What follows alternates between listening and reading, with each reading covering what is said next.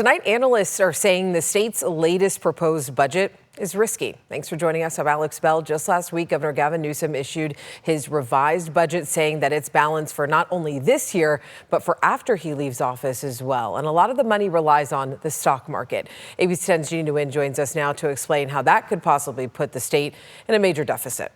Alex, following the governor's revised budget, the state's nonpartisan Legislative Analyst Office is calling this a structural imbalance. They say the state should not rely on the stock market and the AI boom. It could potentially burst like we saw during the .com era.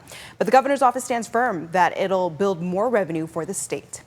We think there's a structural imbalance with the budget, both in the upcoming budget year and in the subsequent years ahead. Last Thursday, Governor Gavin Newsom proposed a $350 billion budget for California's upcoming fiscal year. Overall, no major cuts or additions were made.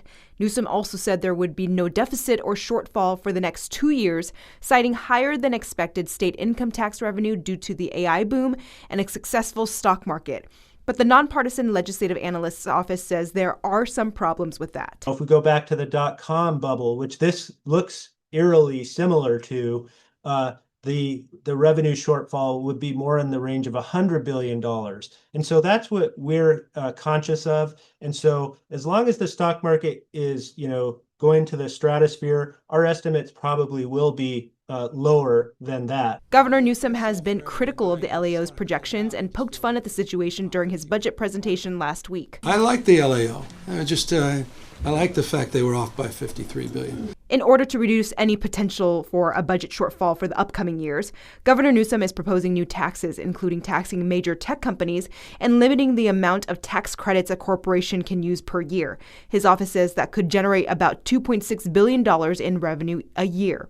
As vice chair of the Assembly Committee on Budget, Republican Assembly member David Tangipa says that should not be the solution. It is a record revenue year. The state of California has never been around $350 billion in spending.